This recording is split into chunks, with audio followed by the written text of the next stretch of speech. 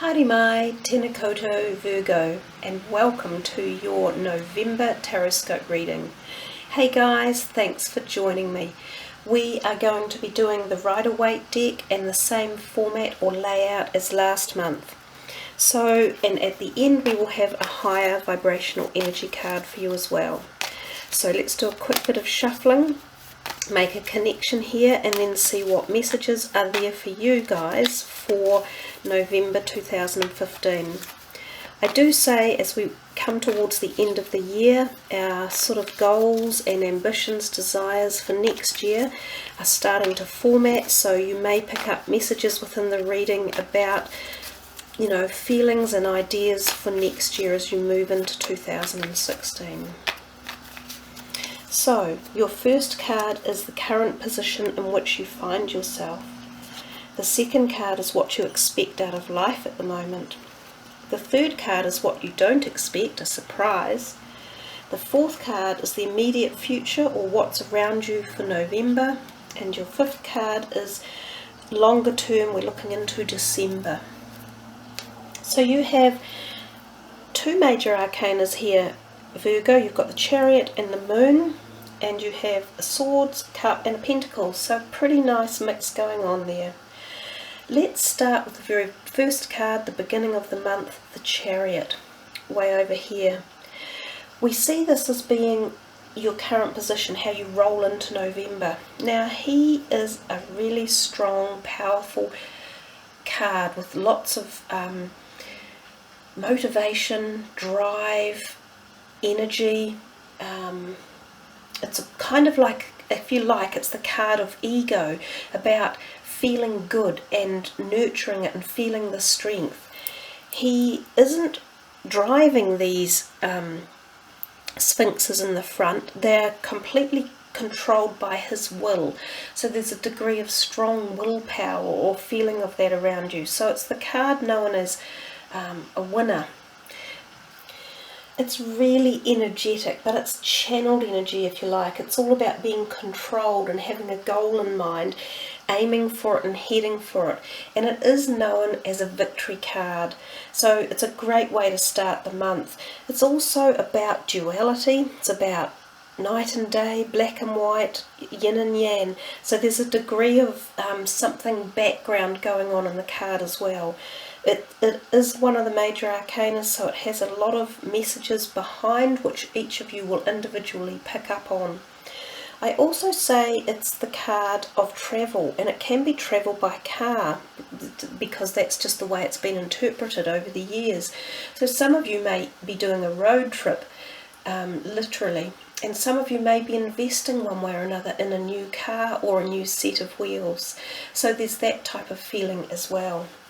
We come to the second card, and it's what you expect out of life at the moment. And this Queen of Swords is, she's quite an authoritative, kind of dictator-y type person, quite stubborn and forthright. She has ideas in her mind, and she's usually right. She's often knows her knowledge, she knows specifics in life, she pays attention to the detail, she's a good communicator and verbalizer. She could be around you one way or another, either as a family member or a person, maybe a work colleague or maybe even a boss or a teacher of some sort. And if this is what you expect, she could be, you know, putting her 2 cents worth in and directing something in your life at the moment. But she's worthy of listening to because, as I say, she has a great knowledge and ability behind her to perhaps help you move forward or give you ideas about a specific thing that you've got on your mind or a project, or helps to implement something even at the legal end, such as a lawyer or documentation or immigration processes, something along those type of lines. Health-wise, she's very firm, and she says to me, you know, just listen and abide by the rules and make sure you do things right. So health-wise, look after your body in the appropriate manners, nurture yourself, feed yourselves the right ways, take the right rest and care. It's just that type of message, and I think that that is probably what you're expecting or how you feel at this particular time anyhow. The third position is what you don't expect, a surprise. and we have the Ace of Cups, and it is a beautiful card, and it's actually being handed to you from the ethers or the clouds, and it's often a gift or a gesture of love. Doesn't have to be romantic love, but love from the heart. So it could be friends or acquaintances. It can be someone new coming into your life. For those of you out there seeking to find romance, this could be an opportune time in November. You could be given some opportunity, or someone opens a door or contacts you or initiates something. It does have the great connection feeling of love, and something is overpouring from this particular card. So there's also a degree of inspiration or ideas or thoughts that come along with this card. So it's a really nice one as a surprise. I think health-wise, if you've been having health that was on a downturn, if you've been nurturing things along and, you know, doing all the right things and tendering and lovingly caring for your body or your mind or your soul, it's all paying dividends and starting to turn into a more positive phase as well. Money wise would be the same type of message. It's nurturing into positivity, which is a great place to be. We come to the fourth card, and this is the overall energies for the month of November, the moon. Sometimes I think of these particular energies being around either Cancer or Scorpio type energies that you might be associating with one way or another.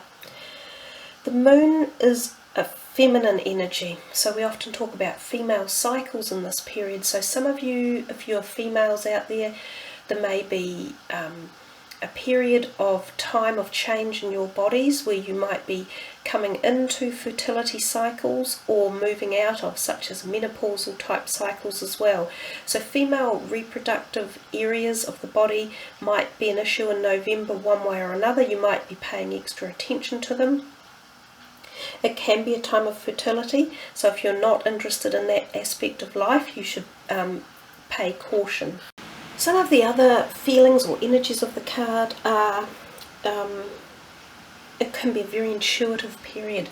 You might become clairvoyant yourself. You might have dreams that are messages for your own path forward or something happening in your life. It's a good time to listen to your dreams, listen to synchronicities, be connected to that spiritual essence of yourself. The other thing is too that the moon sometimes tells us of actions that are being undermined one way or another. So you sometimes have to watch what people are doing around you, and especially if you're signing contracts or purchasing something. Make sure everything is above board and that everything is being done legally and professionally, because I sometimes feel with the moon card that there could be people around who are not being necessarily honest and perhaps trying to get something covertly done. So just watch that energy in the month of November, because there could be some of that around. We move to the last card, the fifth position for December, taking you into December and hence the end of the year, and we see the Seven of Pentacles.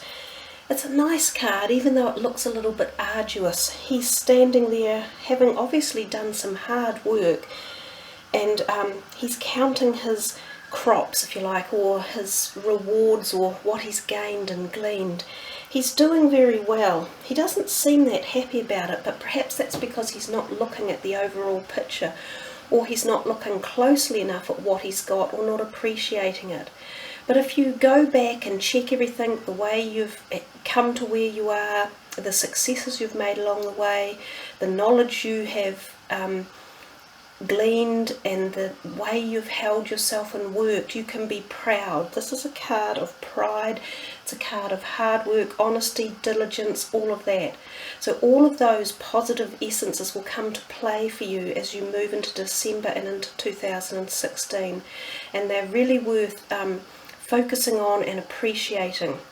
It actually suits you, and yes, it is your it's your sign. It's that Virgo type grounded stability and logicalness and honesty. It's all of those things compiled together, so it works really well. Health wise, you know, again, pace yourself, listen to your inner feelings, your intuitiveness. Same with finances. Don't go spending wildly. budget, put and invest them in the right places. Look before you invest unwisely. So good reading overall, Virgo. Nice way to finish off November and head into December with finances, positive finances on your mind. Let's see what the last card is for you guys. And it's these beautiful chakra energy cards.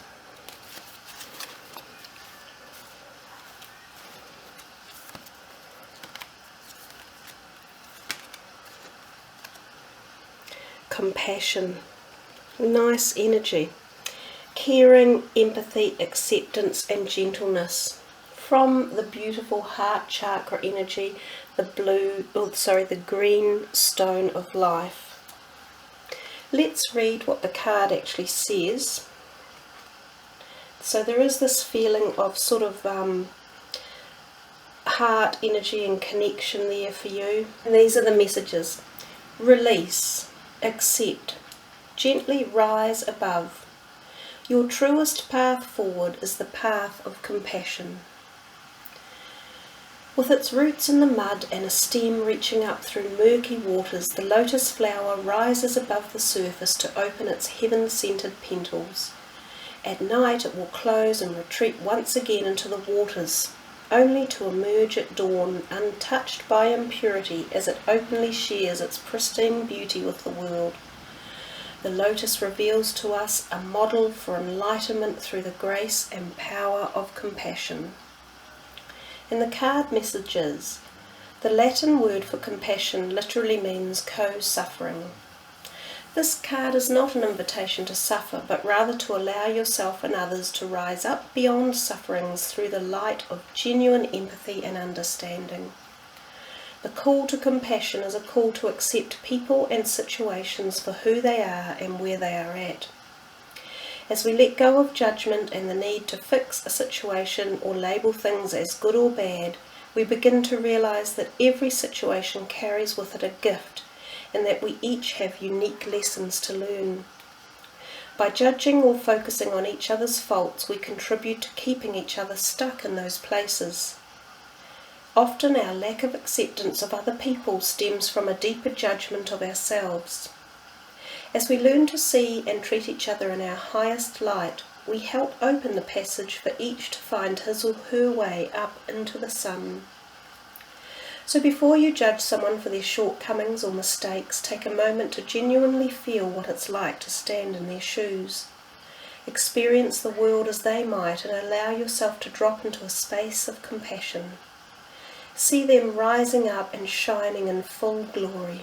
See yourself in this same way.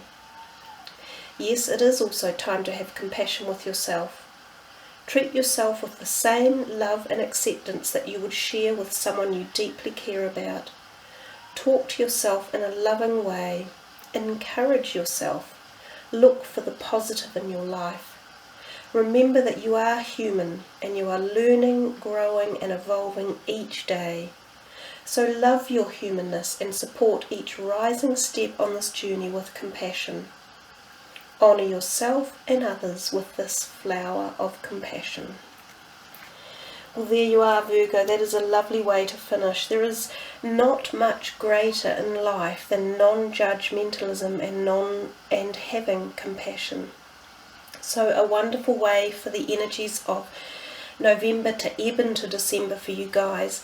It's a treat when we understand and have compassion, and it's certainly just part of the gift of giving and passing forward. So I wish you all much compassion, caring, acceptance and gentleness for the month of November. And I thank you all for listening and liking. For me, that is it's the compassion to me, isn't it? It's the giving, the gift of giving from you guys. So again, thank you, and I wish you a very wonderful November. See you in December. Much aroha. Namaste.